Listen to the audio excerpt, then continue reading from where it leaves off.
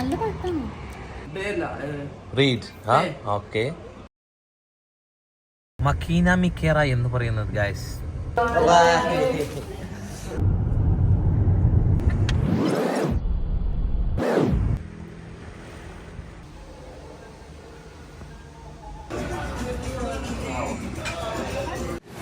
അപ്പം നമ്മുടെ അൽബേനിയയിൽ 2ാം ദിവസം ഞങ്ങൾക്ക് രാവിലെ തന്നെ ഒരു സ്വിമ്മിംഗ് പൂൾ ഉണ്ട് കേട്ടോ. അവിടെ നമ്മുടെ ഹോട്ടലിൽ തന്നെ കിട്ടുന്ന സ്വിമ്മിംഗ് പൂൾ ഉണ്ട്. അതിലൊന്ന് പോയി ചാടാൻ വേണ്ടി റെഡിയായി സെറ്റായി വന്നു.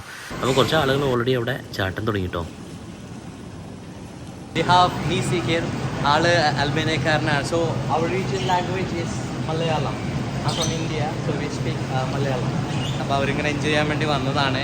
അപ്പോൾ ആളൊരു ഫ്രണ്ടും ഉണ്ട്. ആള് തുർക്കിഷുകാരനാണ്. അപ്പോൾ house here like tourist usually come where they explore actually. What all special area? Special is Gruja. Yeah. Gruja is castle. Castle, yeah. And to see water side, yeah? Yeah.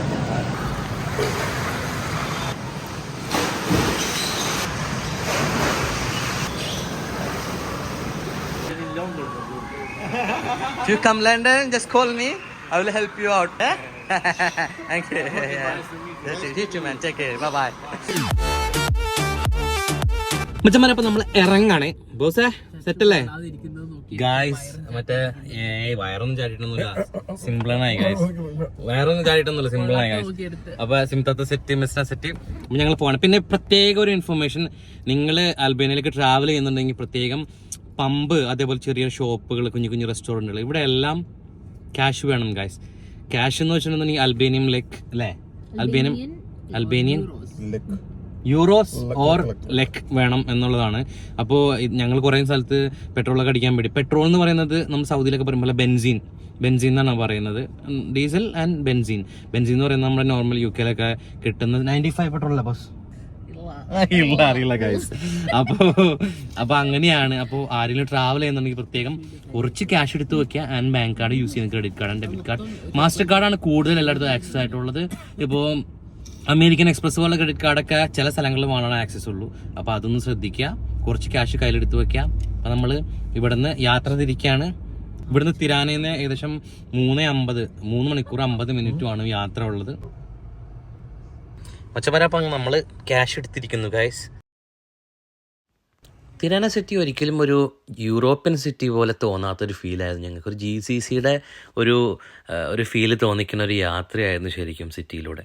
തിരാനയുടെ പ്രാന്തപ്രദേശങ്ങളിലൂടെ, സിറ്റിയുടെ പ്രാന്തപ്രദേശങ്ങളിലൂടെ ഞങ്ങൾ അങ്ങനെ കിടന്നുകൊണ്ടിരിക്കുന്നത് ഗൈസ്. അതാണ് ഞങ്ങൾ city of തിരാന. നിങ്ങൾ രാത്രി കണ്ട സംഭവങ്ങൾ നിങ്ങളൊന്ന് വൈബിൽ പകൽ കണ്ടുകൊണ്ടിരിക്കുകയാണ് കേട്ടോ. സൈഡിൽ നിങ്ങൾ കാണുന്നത് വലിയാജ് പെട്രോൾ, ഒരു പെട്രോൾ പമ്പാണ് കേട്ടോ. മക്കീന മിക്കേറ എന്ന് പറയുന്നത് ഗൈസ്, കാർ റെന്റൽ മക്കീന മിക്കേറ. ഇത് റെന്റൽ കാർ. ഇവിടെ ഒരുപാട് റെന്റൽ കാർ സംഭവങ്ങൾ, അത് വലിയൊരു ബിസിനസ് ആണ് കേട്ടോ.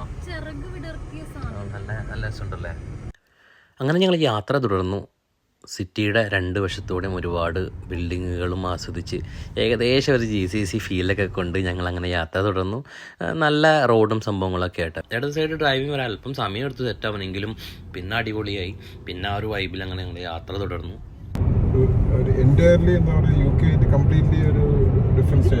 നമ്മൾ UK ആ ഒരു വൈബ് വിട്ടിട്ട് ശരിക്കും ഇവിടെ യാത്ര ചെയ്യാൻ എനിക്കറിയാം. നമ്മൾ മുംബൈയിലേക്കൊക്കെ പോകുന്ന, അല്ലെങ്കിൽ ബാംഗ്ലൂർ ആ ഹൈവേ ഒക്കെ പോകുന്ന ഒരു ഫീല്, ആ ഒരു ഹൈവേയിൽ യാത്ര ചെയ്യുന്ന ഒരു ഫീലാണ്. ചെറിയ ചെറിയ കുന്നും മലകളും സംഭവങ്ങളും, സൈഡുകളിൽ കൃഷി സംഭവങ്ങൾ, ഗ്രേപ്സിൻ്റെ കൃഷി, അതേപോലെ പല സംഭവങ്ങളും, ടെൻറ്റ് പോലെ ഈ ഫാമിങ് സംഭവം ചെയ്യണ കുറേ സംഭവങ്ങൾ സൈഡിൽ കാണാം.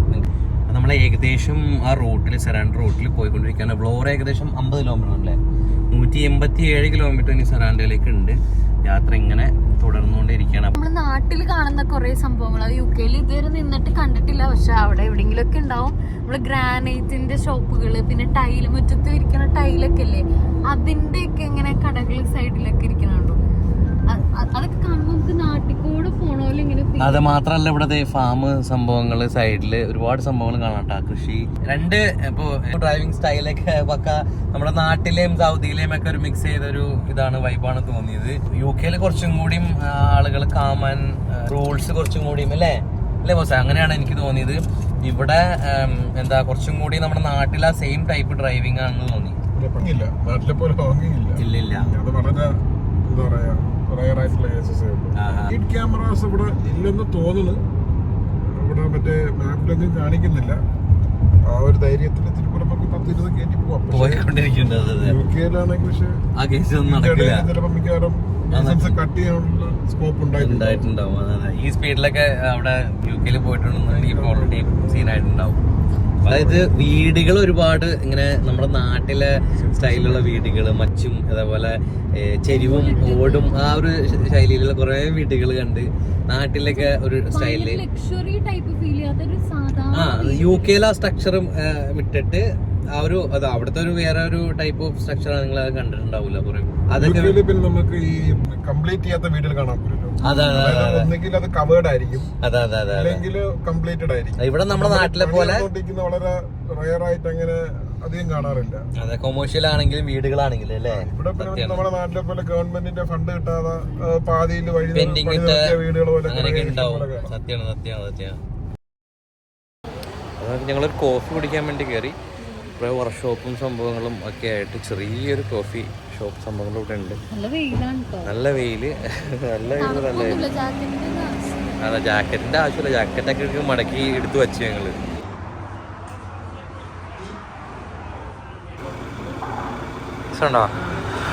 അപ്പോൾ എന്താണെന്ന് വെച്ചിട്ടുണ്ടെന്നുണ്ടെങ്കിൽ നമ്മള് അൽബേനിയയിൽ വന്നിട്ട് ഏറ്റവും സ്ട്രഗിൾ ചെയ്യുന്നതെന്ന് വെച്ചിട്ടുണ്ടെന്നുണ്ടെങ്കിൽ ഇവിടെ എല്ലാ ആളുകൾക്കും ഭാഷ ഇവിടുത്തെ ലോക്കൽ ഭാഷയാണ്. ഇംഗ്ലീഷിൻ്റെ കാര്യങ്ങളിൽ ഒരുപാട് ബുദ്ധിമുട്ടുണ്ട്. അപ്പോൾ ഇംഗ്ലീഷ് എല്ലാവരും സംസാരിക്കില്ല. അതുകൊണ്ട് തന്നെ ഭാഷ സംസാരിക്കുമ്പോൾ നമ്മൾ ട്രാൻസ്ലേറ്ററിൻ്റെ ഹെൽപ്പോടെയും കൂടെയൊക്കെയാണ് ഓരോ കാര്യങ്ങളൊക്കെ ചെയ്യുന്നത്. എന്നിട്ടാണ് നമ്മൾ ഇവൻ കഫേ വരുമ്പോഴും ഇവിടുത്തെ കാര്യങ്ങൾ അഡ്രസ്സ് ചോദിക്കുമ്പോൾ ബാക്കി ഗൂഗിൾ മാപ്പും സംഭവങ്ങളെല്ലാം ഫോളോ ചെയ്ത് പോവാം. എങ്കിൽ പോലും എന്തെങ്കിലും ഹെൽപ്പൊക്കെ ചോദിക്കണമെന്നുണ്ടെങ്കിൽ ഓഫ് കോഴ്സ് പറക്കി സംസാരിക്കണം. ആ ഒരു ചെറിയൊരു ബുദ്ധിമുട്ട് തോന്നിയപ്പോൾ കൂടുതലും ഒരു നിങ്ങളുടെ റൂട്ട് മാപ്പും കാര്യങ്ങളൊക്കെ പെർഫെക്റ്റാക്കി സെറ്റാക്കി ആരെങ്കിലും പോയി എക്സ്പീരിയൻസ് ഉള്ള ആളുകളുടെ റെഫറൻസൊക്കെ എടുത്തിട്ട് വരാണെന്നുണ്ടെങ്കിൽ ഈസി ആയിരിക്കും. അത്യാവശ്യം നല്ല ഒരു വൈബുള്ളൊരു കഫേയാണ്. റെസ്റ്റോറൻറ്റ് പുറത്ത് ഇരുന്ന് കുടിക്കാനൊക്കെ ഉള്ള ഒരു സ്പേസൊക്കെ ഉണ്ട് കേട്ടല്ലേ. സ്പേസൊക്കെ ഉണ്ട്, അവിടെ ഇരുന്ന് കുടിക്കുന്നുണ്ട്. Arabic oh meaning language. that's good.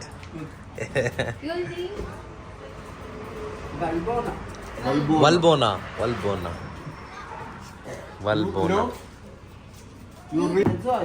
Yeah. Oh, you read Quran. Oh, good. Okay. ഞങ്ങള് ഇവിടെ വന്നു കഴിഞ്ഞപ്പോൾ അവിടെ ഉള്ള ഒരു ചേച്ചി, അൽബേനിയൻ ചേച്ചി, അവര് മുസ്ലിമാണ്. അപ്പോൾ അവരുടെ കഫേയിൽ കയറിയപ്പോൾ ഡ്രിങ്ക്സിൻ്റെയും ഇതിൻ്റെയൊക്കെ ഇടയിൽ ഖുറാൻ ഇരിക്കുന്നുണ്ട്. അത് ഭയങ്കര ഒരു ഇതുള്ളൊരു തോന്നി. ഡ്രിങ്ക്സും ഷോപ്പും കോഫി ഷോപ്പാണ്. അപ്പോൾ അതിൻ്റെ ഇടയിൽ ആണ് ഇരിക്കുന്ന ഖുറാൻ. അപ്പോൾ നമ്മൾ ചോദിച്ച്, അപ്പോൾ ഒരു മുസ്ലിമാണ്, അപ്പോൾ അവരുടെ ഡ്യൂട്ടിയാണ് കോഫി ഷോപ്പ്, അവരുടെ ബിസിനസ്. അപ്പോൾ അതിൻ്റെ ഇടയിൽ ഒരു ഖുർആൻ അവർ വായിക്കും. അപ്പോൾ അൽബേനിയൻ ലാംഗ്വേജിലെ എക്സ്പ്ലനേഷൻ ഉണ്ട്. അപ്പോൾ അറബി ഉണ്ട്, അത് കൂടാതെ അതിൻ്റെ കൂടെ ഒരു ട്രാൻസ്ലേഷൻ കൂടി ഉണ്ട് ആ ഒരു ഖുർആനിൽ. ഗൈസ്, നമുക്ക് നമ്മുടെ അവിടുത്തെ ചേച്ചി കുറേ സ്ട്രോബെറി തന്നിട്ടുണ്ട്.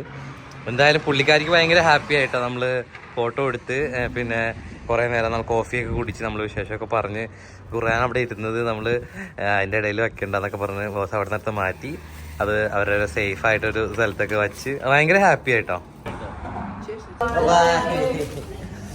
പുള്ളിക്കാരിക്ക് ഭയങ്കര സന്തോഷമായി. ഞങ്ങൾ കുറച്ച് സംഭവങ്ങളൊക്കെ അങ്ങനെ വാങ്ങിച്ച് പുള്ളിക്കാരി സിമിതയുടെ കയ്യിൽ എന്നെ കണ്ടിട്ട് hi your name Jomo thank you bye.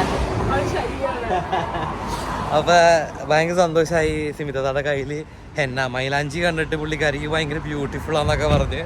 അപ്പോൾ ഞങ്ങൾ കാശ് ഇവിടെ നിന്ന് തിരിക്കുകയാണ്. ഏകദേശം 172 മൈൽ ദൂരം ആണ് സെറാൻഡയിലേക്കുള്ളത്. അങ്ങനെ ഞങ്ങൾ വിശേഷങ്ങളൊക്കെ പറഞ്ഞു യാത്ര തിരിച്ചു.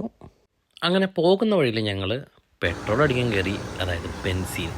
പമ്പൊക്കെ നമ്മുടെ നാട്ടിലൊക്കെ ഉള്ള പോലെ അല്ലെങ്കിൽ യു കെയിലൊക്കെ ഉള്ള പോലെ സാധാരണ ടൈപ്പ് പമ്പ്. അവിടെ സ്റ്റാഫും സംഭവങ്ങളൊക്കെ ഉണ്ടായിരുന്നു. ഏകദേശം 50 യൂറോനാണ് ഞങ്ങൾ ഫസ്റ്റ് പെട്രോൾ അടിച്ചത്.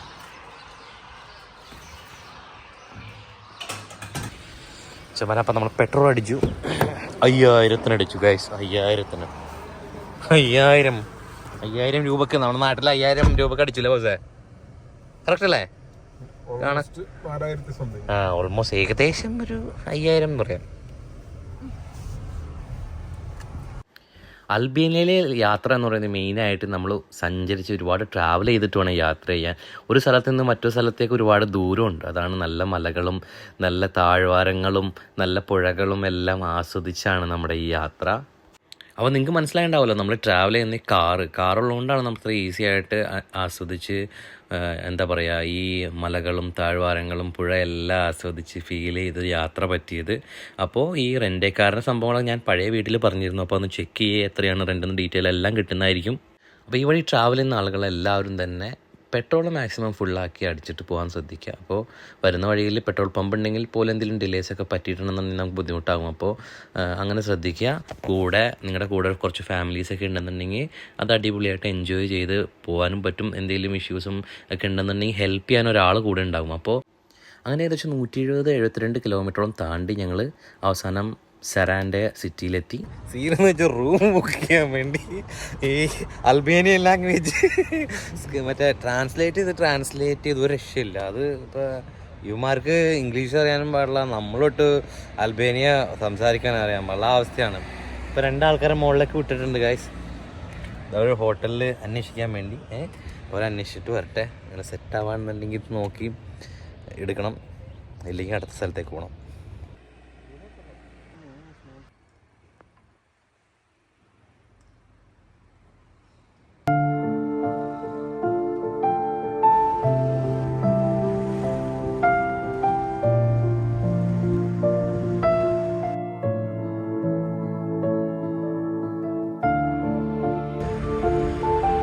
ചമാരെ ഇവിടുത്തെ സെറാൻഡയിലെ ഒരു എന്താ പറയുക, ഭയങ്കര ഫേമസ് ആയിട്ട് പറയുന്ന ഒരു സംഭവം എന്ന് വെച്ചിട്ടുണ്ടെങ്കിൽ ഈ ബീച്ചാണ് കേട്ടോ.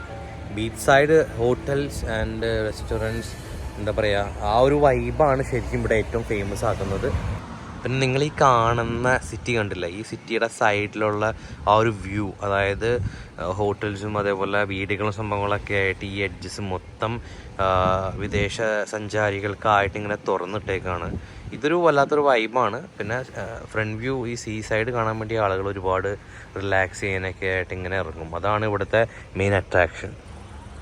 ഇവിടെ നോക്കിയാൽ അറിയാം, അതായത് ഒരുപാട് ഹോട്ടൽസ്, നമ്മൾ ഈ കാണുന്ന സംഭവങ്ങളെല്ലാം ഹോട്ടൽസ് ഇങ്ങനെ സെറ്റ് ചെയ്തിട്ടേക്കാണ് ആളുകൾ വിദേശികൾക്കും സഞ്ചാരികൾക്കൊക്കെ ആയിട്ട് അട്രാക്ട് ചെയ്യാനൊക്കെ ആയിട്ട് നല്ല പാക്കേജൊക്കെ കൊടുത്ത് ഇങ്ങനെ സെറ്റ് ചെയ്തിട്ടേക്കാണ്. സ്റ്റാർ ക്ലാസ് മുതൽ ലോക്കൽ ആൻഡ് മീഡിയം ക്ലാസ്സുകൾ വരെ അടങ്ങുന്ന ഒരുപാട് ഹോട്ടൽസ് ഇവിടെ ഉണ്ട്.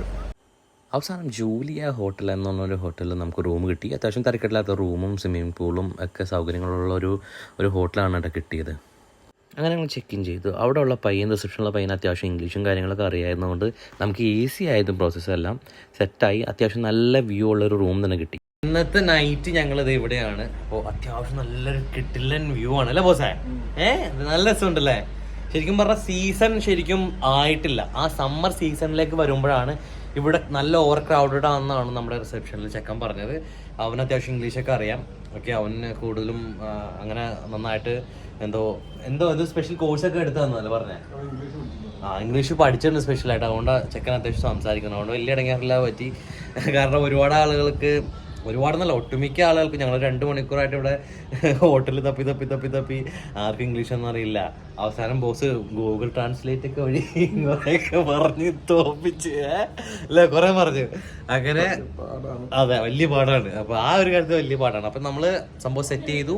ഇതാണ് നമ്മുടെ വ്യൂ.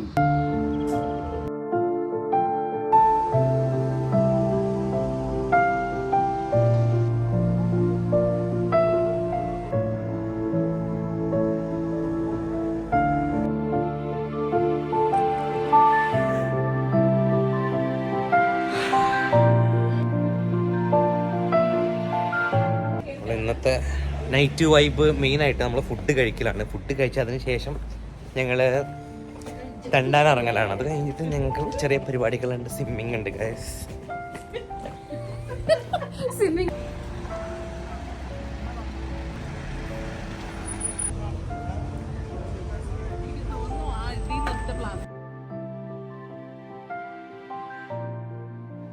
അൽബേനിയയിൽ ഒരു പോലീസുകാരാണ് കിടക്കുന്നത്. പൊലീഷ്യ എന്നാട്ടാ പോലീസിന് പറയുന്നത് ശരിക്കും ഇവിടെ.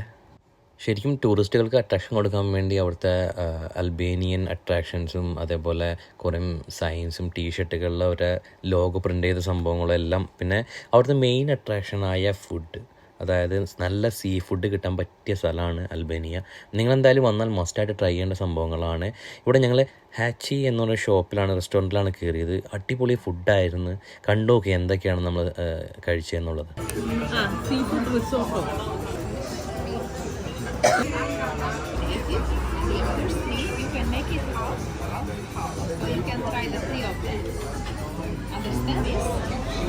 ശരിക്കും പറഞ്ഞാൽ ഹലാൽ ഫുഡ് അന്വേഷിച്ചാണ് നമ്മൾ ഇറങ്ങിയത്. പിന്നെ നോക്കിയപ്പോൾ സീ ഫുഡ് ഹലാലാണല്ലോ, അപ്പോൾ എന്തായാലും അത് നോക്കാമെന്ന് വിചാരിച്ച് ഈസി ആയിട്ട് കിട്ടുമെന്ന് വിചാരിച്ചാൽ അതാണ് ടേസ്റ്റ് ചെയ്യാൻ പോയത്. പക്ഷേ പറഞ്ഞറിയിക്കാൻ പറ്റില്ല, ഒരു രക്ഷയില്ലാത്ത ടേസ്റ്റായിരുന്നു സീ ഫുഡിന്. നിങ്ങളെന്തായാലും മസ്റ്റ് ട്രൈ റെസ്റ്റോറൻ്റാണ് ഈ അൽബേനിയയിലെ ഈ sea food restaurants. Sea food കഴിക്കുകയാണെങ്കിൽ ഇങ്ങനെ കഴിക്കണം. എന്താ സോഫ്റ്റ് പ്ലെയിൻ പക്ക അതിൻ്റെ പ്ലെയിൻ എൻജോയ് ചെയ്തു.